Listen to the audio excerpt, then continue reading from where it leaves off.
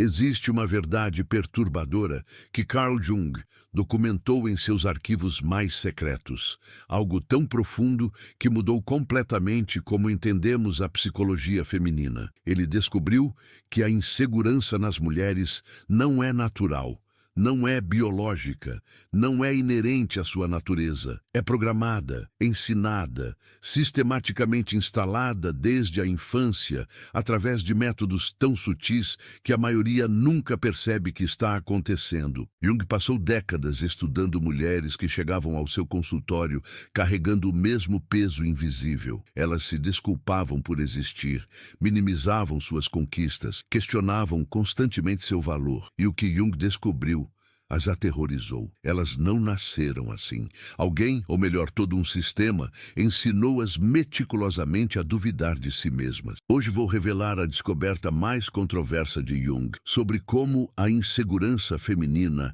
é fabricada, quem se beneficia disso e, mais importante, como uma mulher pode desmantelar completamente essa programação e reclamar o poder que sempre foi dela. O que Jung estava prestes a descobrir mudaria não apenas a psicologia, mas exporia uma das maiores manipulações coletivas da história humana. E se eu disser que você não foi feita para ser insegura? Que a dúvida constante, o questionamento do seu valor, a necessidade perpétua de validação externa, tudo isso foi cuidadosamente cultivado em você? Jung descobriu que a insegurança feminina não é um defeito de caráter, é uma ferramenta de controle social tão eficaz que funciona perfeitamente porque as mulheres nem percebem que estão sendo controladas. Em 1920, uma jovem mulher entrou no consultório de Jung em Zurique. Ela era brilhante, educada, vinda de uma família respeitável. Mas ao falar, cada frase começava com desculpas. Desculpe incomodá-lo, Dr. Jung. Isso pode parecer tolo, mas provavelmente estou errada, porém, Jung observou algo que o perturbou profundamente. Essa mulher não estava descrevendo inseguranças. Ela estava executando um programa, como se cada pensamento passasse por um filtro invisível que automaticamente diminuía seu valor antes de ser expresso. Ele começou a fazer perguntas diferentes, não sobre seus sintomas, mas sobre sua infância, sua educação, as mensagens que recebeu sobre o que significava ser mulher. E o que emergiu foi um padrão tão consistente que Jung o encontrou em centenas de casos subsequentes. Essas mulheres foram sistematicamente ensinadas, através de 1000 pequenas interações diárias, que seu valor era condicional, que sua voz era demais, que sua confiança era arrogância, que sua presença precisava ser minimizada para ser aceita. Jung escreveu em suas anotações privadas algo revolucionário. A insegurança feminina não é psicologia individual, é violência coletiva disfarçada de educação. Ele percebeu que estava testemunhando não patologia pessoal, mas condicionamento cultural tão profundo que as mulheres acreditavam que essas limitações eram sua natureza autêntica. Aqui está o que torna isso tão insidioso. O sistema que cria insegurança feminina não usa força, ele usa repetição, sutileza, normalização. E o mais brilhante de tudo, ele recruta as próprias mulheres para perpetuar sua própria opressão. Jung identificou o que chamou de os 7 métodos de instalação da insegurança. 7 táticas psicológicas que, quando aplicadas consistentemente da infância à idade adulta, criam mulheres que duvidam de si mesmas tão automaticamente que nem percebem que estão fazendo isso. Primeiro método, a diminuição constante da voz feminina. Jung documentou como meninas aprendem desde cedo que suas opiniões são menos valiosas. Quando um menino fala, é confiante. Quando uma menina fala com a mesma convicção, ela é mandona, dramática, emotiva demais. Ele observou pacientes que podiam rastrear sua insegurança até momentos específicos. Uma menina de 8 anos, levantando a mão na escola, sendo ignorada repetidamente enquanto os meninos eram chamados. Uma adolescente compartilhando uma ideia e tendo um homem adulto explicando a ela seu próprio pensamento, como se ela não pudesse ter compreendido o que acabara de articular. Uma jovem profissional cujas contribuições em reuniões eram silenciadas até que um colega homem dissesse exatamente a mesma coisa e fosse elogiado por sua perspicácia. A mensagem nunca é dita explicitamente, é absorvida através da experiência repetida. Sua voz não importa tanto quanto as deles. Suas ideias precisam de validação masculina para terem credibilidade. Você deve falar mais suavemente, duvidar mais, qualificar cada afirmação com talvez, possivelmente, eu acho. Jung chamou isso de castração psicológica da voz feminina. E funciona porque quando uma mulher finalmente internaliza essa mensagem, ela começa a se silenciar antes mesmo de alguém mais fazê-lo. Segundo método, a objetificação disfarçada de elogio. Jung percebeu algo perturbador sobre como as meninas são elogiadas versus como os meninos são elogiados. Meninos são elogiados por suas ações, suas conquistas, sua coragem, sua inteligência. Meninas são elogiadas por sua aparência, sua conformidade, quão agradáveis elas são, quão bonitas ficam quando se comportam. Ele documentou caso após caso de mulheres que aprenderam que seu valor primário residia em como eram vistas, não em quem eram. Uma paciente descreveu sua infância. Cada vez que visitava os avós, ouvia: "Você está tão bonita, tão delicada. Que menina doce", enquanto seu irmão ouvia: "Que esperto você é, que forte, que corajoso." A mensagem implícita: seu corpo é seu valor, sua aparência é sua moeda, sua conformidade é sua virtude. Jung escreveu: quando ensinamos meninas que seu valor reside em serem vistas e não em verem, criamos mulheres que se experimentam como objetos, mesmo aos seus próprios olhos. Isso cria o que Jung chamou de autoconsciência perpétua. A mulher desenvolve um observador interno constante, julgando sua aparência, seu comportamento, suas palavras, não de seu próprio centro, mas de uma perspectiva externa imaginada. Ela nunca está totalmente presente, porque parte dela está sempre monitorando como está sendo percebida. E essa divisão interna entre quem ela é e como ela aparece, torna-se a fonte de profunda insegurança, porque ela aprende que quem ela realmente é importa menos do que como ela parece ser. Terceiro método, a punição da confiança feminina. Jung observou um padrão devastador. Quando meninas exibiam a mesma confiança que meninos, eram socialmente punidas por isso. Uma menina confiante era rotulada como convencida, arrogante, snob. Suas tentativas de liderança eram vistas como controladoras. Sua assertividade era interpretada como agressividade. Ele documentou como essa punição social cria o que chamou de síndrome da torre. Mulheres aprendem a se fazer menores para serem amadas, a diminuir suas conquistas para não ameaçar, a desqualificar seu sucesso para não serem isoladas. Uma de suas pacientes descreveu perfeitamente: sempre que eu me destacava na escola, outras meninas me excluíam. Aprendi que ser boa demais em algo significava estar sozinha. Então comecei a errar de propósito, a fingir que não sabia das coisas, a me fazer menos competente do que era, porque pertencer parecia mais importante do que ser eu mesma. Jung percebeu que isso criava uma armadilha psicológica impossível. Seja confiante e seja rejeitada, ou seja insegura e seja aceita. A maioria das mulheres, especialmente durante os anos de formação crucial, escolhe a aceitação e, ao fazer isso, internaliza a crença de que sua confiança autêntica é um defeito que deve ser escondido. Quarto método: a comparação constante entre mulheres. Jung identificou como as sociedades criam competição entre mulheres ao estabelecer critérios estreitos e impossíveis pelos quais todas devem ser julgadas: beleza, juventude, conformidade a um padrão. Então as mulheres são colocadas em competição perpétua por esses marcadores limitados de valor. Ele observou como essa comparação constante cria insegurança crônica, porque sempre haverá alguém mais jovem, mais bonita, mais conformada ao ideal. A insegurança se torna inevitável quando seu valor é medido contra padrões externos que sempre mudam e nunca podem ser permanentemente alcançados. Jung escreveu: ensinam as mulheres a se medirem umas contra as outras, em vez de se apoiarem. E nessa fragmentação, todas perdem seu poder coletivo. Ele notou que homens raramente experimentam esse tipo de comparação devastadora. Seu valor vem de múltiplas fontes: realizações, caráter, força, inteligência, status. Mas as mulheres são ensinadas que seu valor vem primariamente de quão bem elas se encaixam em um molde estreito e arbitrário. E quando todo o seu valor repousa em uma base tão frágil, a insegurança não é uma falha pessoal. É o resultado inevitável do sistema. Quinto método: a negação da raiva feminina. Jung descobriu algo revolucionário sobre emoções.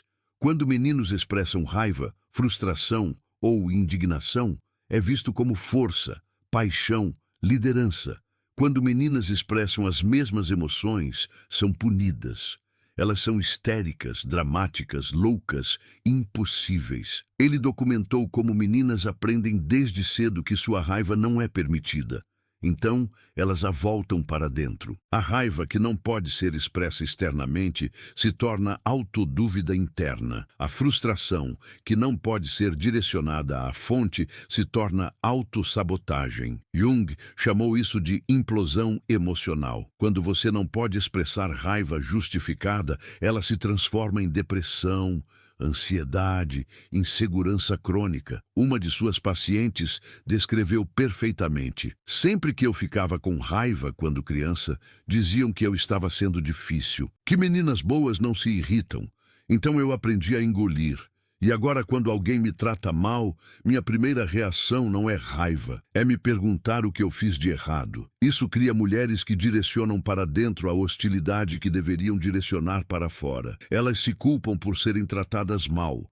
Elas questionam seu valor quando são desrespeitadas, porque foram ensinadas que sua raiva, sua indignação justificada é o problema real. Sexto método: a imposição da performance emocional. Jung observou como as mulheres são ensinadas que devem gerenciar as emoções de todos ao seu redor. Elas devem ser sempre agradáveis, sempre acomodadas, sempre suaves.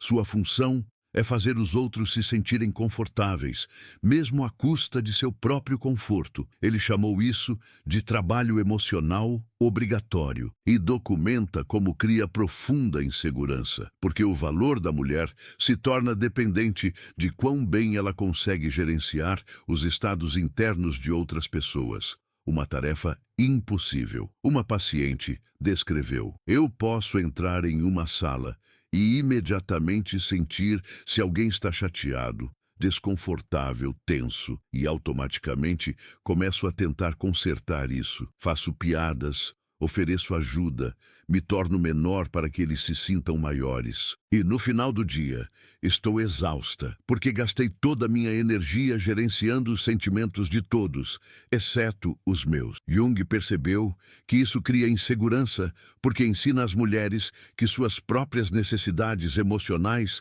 são menos importantes, que seu desconforto é menos válido, que seu valor reside em sacrificar-se pelo conforto emocional dos outros. Sétimo método, e o mais devastador: a negação da autoridade interna. Jung identificou que desde a infância as mulheres são ensinadas a buscar validação externa para seu próprio conhecimento interno. Elas são ensinadas a questionar sua intuição, a duvidar de suas percepções, a buscar confirmação de fontes externas, especialmente masculinas, antes de confiar em si mesmas. Ele documentou casos onde mulheres sabiam, profundamente sabiam, que algo estava errado em um relacionamento, em uma situação, em uma decisão. Mas em vez de confiar nesse conhecimento, elas perguntavam a outros. E quando outros, especialmente figuras de autoridade masculina, diziam que estava tudo bem, elas negavam sua própria sabedoria. Jung chamou isso de desconexão da função intuitiva, e ele via isso como a raiz mais profunda da insegurança feminina. Porque quando você não pode confiar em sua própria percepção, quando sua autoridade interna é constantemente invalidada, você fica fundamentalmente insegura, não sobre coisas externas, mas sobre sua própria capacidade de saber. Uma de suas pacientes mais memoráveis descreveu o momento de seu despertar. Passei 30 anos pedindo a homens permissão para confiar no que eu já sabia. Pedi ao meu pai, depois ao meu marido, depois ao meu chefe, para me dizer se minhas percepções eram válidas. E um dia percebi, eu sempre estive certa. Todas as vezes que duvidei de mim mesma e confiei neles, eu estava certa e eles estavam errados. Mas fui treinada para acreditar que a autoridade deles era mais real do que meu próprio conhecimento. Jung percebeu que esses 7 métodos trabalham juntos para criar o que ele chamou de complexo de insegurança feminina. Não uma falha individual, mas um condicionamento coletivo tão profundo que parece natureza. Mas aqui está a parte que Jung enfatizou repetidamente. Se a insegurança é ensinada, ela pode ser não ensinada. Se é programação, pode ser desprogramada. A questão não é se você pode recuperar sua confiança inata, é se você está disposta a desmantelar conscientemente os sistemas de pensamento que foram instalados em você. Jung desenvolveu o que chamou de processo de individuação feminina, um caminho específico para mulheres recuperarem o que ele chamava de autoridade psíquica inata. Primeiro passo: reconhecimento radical. A mulher deve primeiro ver, realmente ver, que sua insegurança não é dela, é algo que foi feito com ela. Jung instruía suas pacientes a rastrear cada dúvida interna até sua origem. Quando você questiona seu valor, de quem é a voz que ouve? Quando minimiza suas conquistas, quem ensinou você a fazer isso? Quando se desculpa por existir, que mensagens você internalizou? Ele as fazia escrever suas inseguranças e, ao lado de cada uma, identificar a fonte. E o que emergiu foi revolucionário. Quase nenhuma de suas inseguranças era originalmente dela. Todas foram plantadas por mensagens externas, comentários de pais, professores, parceiros, mídia, sociedade. Jung dizia: você não pode desmantelar o que não pode ver. O primeiro ato de libertação é nomear o condicionamento como condicionamento, não como verdade. Segundo passo: recuperação da raiva. Jung ensinava que a raiva feminina suprimida deve ser conscientemente recuperada e direcionada para onde pertence. Não virada para dentro como autodúvida, mas direcionada para fora, para os sistemas que criaram essa opressão. Ele guiava as pacientes através do que chamava de trabalho de raiva sagrada. Identificar cada situação onde foram diminuídas, silenciadas, objetificadas, punidas por confiança, e permitir que a raiva justificada por essas violações emergisse completamente. Uma paciente descreveu sua transformação. Quando finalmente me permiti sentir raiva,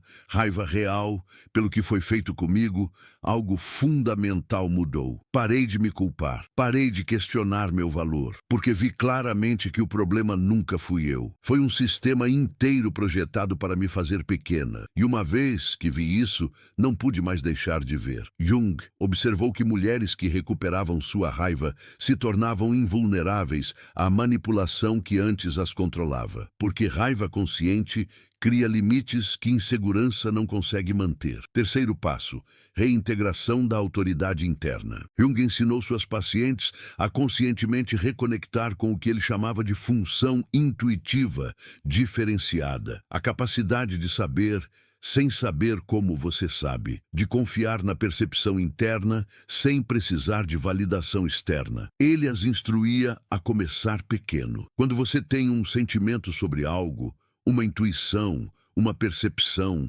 anote. Não pergunte a ninguém se está certo, apenas observe. Com o tempo, rastreie quantas vezes sua primeira intuição estava correta, quantas vezes você sabia, mas questionou seu conhecimento. Jung descobriu que quando as mulheres começavam a rastrear isso, ficavam chocadas.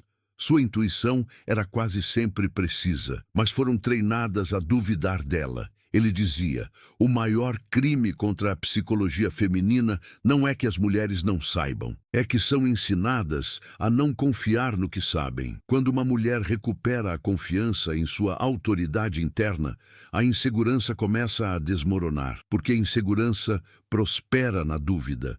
E quando você para de duvidar de sua própria percepção, torna-se fundamentalmente inabalável. Quarto passo: rejeição da comparação. Jung ensinou que mulheres devem conscientemente sair do jogo de comparação. Parar de medir seu valor contra outras mulheres ou contra padrões externos arbitrários. Ele as guiava a desenvolver o que chamava de medida interna de valor. Critérios que elas próprias determinam, baseados em quem elas realmente são, não em como elas aparecem ou se conformam. Uma de suas pacientes descreveu: parei de olhar para outras mulheres como competição. Comecei a vê-las como espelhos de diferentes possibilidades. E nessa mudança, algo extraordinário aconteceu. Parei de me sentir ameaçada pela beleza, sucesso ou confiança delas, porque percebi que o bolo não era finito.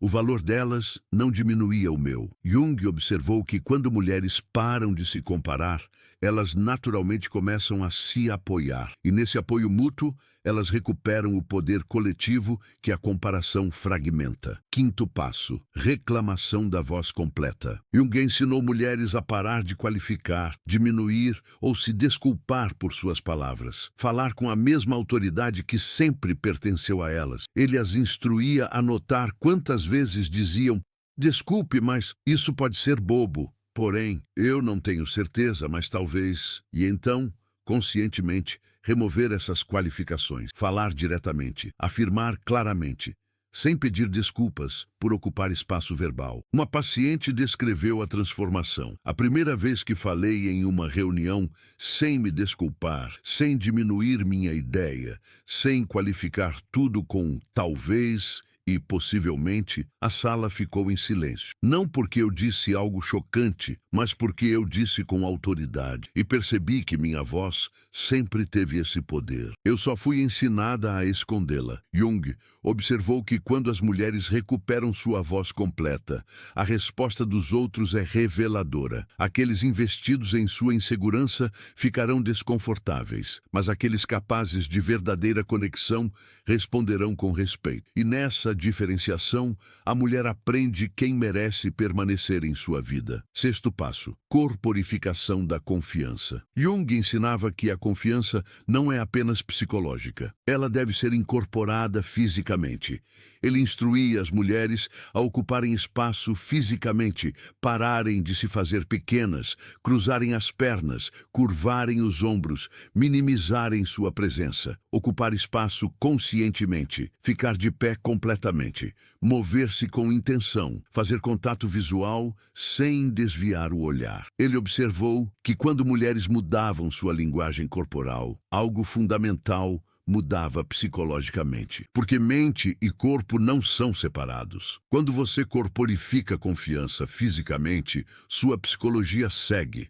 Uma paciente descreveu: comecei a andar de forma diferente, mais ereta, mais deliberada. Parei de me desculpar com meu corpo. E as pessoas começaram a me tratar de forma diferente. Não porque eu mudei quem sou, mas porque parei de sinalizar que meu valor era negociável. Sétimo passo, e o mais revolucionário: a criação do que Jung chamava de círculo de reconhecimento. Mulheres devem encontrar outras mulheres que também despertaram, que também viram através do condicionamento, porque o despertar em isolamento pode ser revertido, mas o despertar em comunidade torna-se permanente. Jung facilitava grupos de mulheres em sua prática, não grupos de terapia tradicionais, mas o que ele chamava de círculos de testemunho, onde mulheres compartilhavam sua jornada de desmantelar a insegurança programada e, ao testemunharem umas às outras, validavam a realidade que a sociedade negava. Ele observou que algo poderoso emergia nesses círculos. As mulheres paravam de duvidar de suas percepções quando viam que outras tinham experiências idênticas. Elas percebiam que não estavam loucas, que não eram defeituosas, que não eram fracas. Elas eram condicionadas. E esse reconhecimento coletivo criava força que insegurança individual nunca poderia quebrar. Jung escreveu: quando mulheres param de competir e começam a se reconhecer, tornam-se a força mais poderosa na Terra, porque recuperam não apenas autoridade pessoal, mas poder coletivo. A transformação que Jung testemunhou em suas pacientes era dramática e permanente. Mulheres que chegaram ao seu consultório, se desculpando por existir, saíam ocupando espaço com autoridade tranquila. Mulheres que questionavam cada pensamento aprenderam a confiar em sua percepção absolutamente. Mulheres que se mediam contra padrões impossíveis desenvolveram seus próprios critérios internos de valor. Mas Jung advertiu sobre algo crucial: a mulher que desperta para seu próprio poder será testada, porque sistemas de controle não liberam voluntariamente aqueles que controlam. Ele documentou padrões consistentes. Quando uma mulher começa a desmantelar sua insegurança programada, ela enfrentará resistência de parceiros que preferiam quando ela era insegura e mais fácil de controlar, de amigas ainda investidas no jogo de comparação, de sistemas sociais que dependem da insegurança feminina para funcionar. Jung preparava suas pacientes para isso.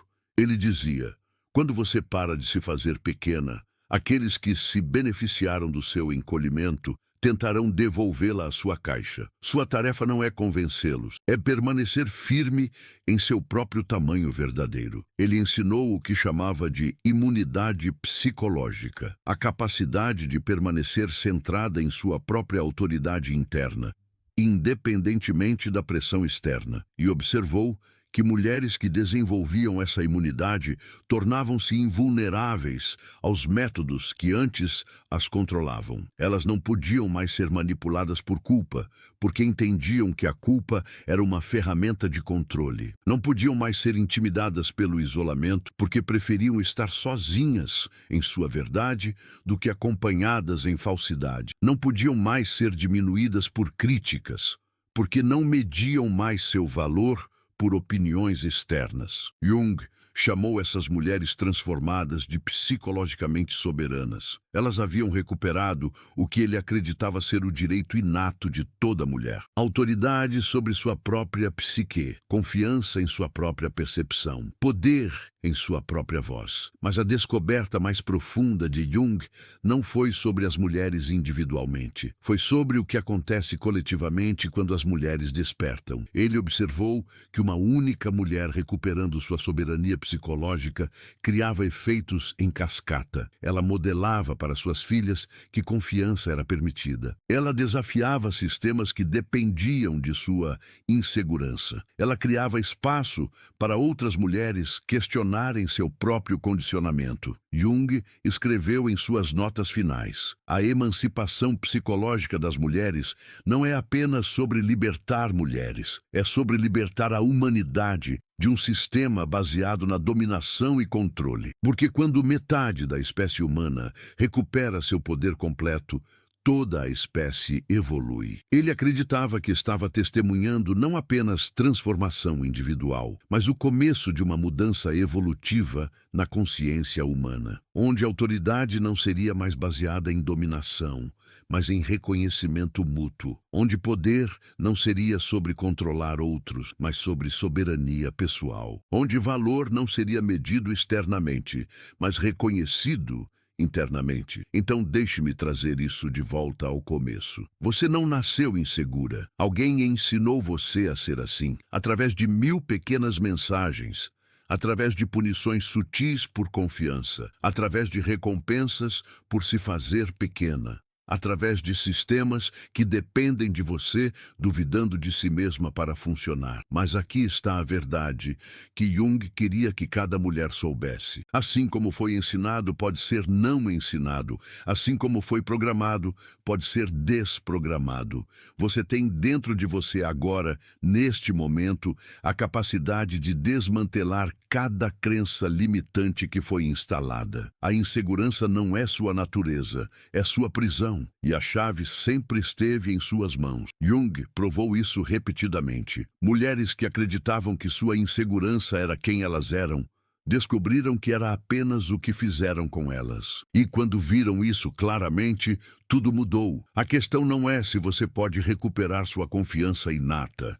É se você está disposta a deixar ir o condicionamento que se tornou familiar. Se está pronta para ocupar o espaço que sempre pertenceu a você. Se está preparada para confiar na autoridade interna que nunca deveria ter sido questionada. Jung deixou um legado final. Sua pesquisa sobre insegurança feminina permanece entre seus trabalhos mais suprimidos, porque expõe demais, revela demais sobre como o poder é mantido através de condicionamento psicológico. Mas para aquelas dispostas a olhar, as descobertas de Jung oferecem um mapa completo. De onde a insegurança vem, como ela funciona e, mais importante, como desmontá-la completamente. Você não nasceu insegura, você nasceu poderosa. E cada momento é uma oportunidade para lembrar dessa verdade fundamental e recusá-la a escondê-la por mais um segundo. Se você é uma mulher lendo isso, deixe que a descoberta de Jung seja sua validação. Sua insegurança não prova sua fraqueza. Prova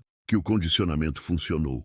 Mas agora que você vê, não pode deixar de ver. E ver é o primeiro passo para libertar. Se este vídeo ressoou com você, se você reconheceu seu próprio condicionamento nessas palavras, inscreva-se neste canal, onde continuamos explorando as descobertas suprimidas de Jung sobre psicologia, poder e libertação. Compartilhe este vídeo com outras mulheres que precisam ouvir essa verdade, porque o despertar de uma mulher pode inspirar 1000 outras.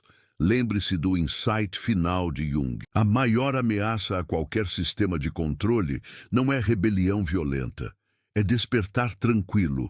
Quando você simplesmente para de acreditar nas mentiras que foram contadas sobre quem você é, todo o sistema que dependia dessas mentiras começa a desmoronar. Você não precisa lutar contra a sua insegurança. Você precisa ver através dela. E no momento que você vê que nunca foi sua, ela perde todo o poder. Você não nasceu insegura. Alguém ensinou você a ser assim. E agora, você pode ensinar a si mesma a não ser.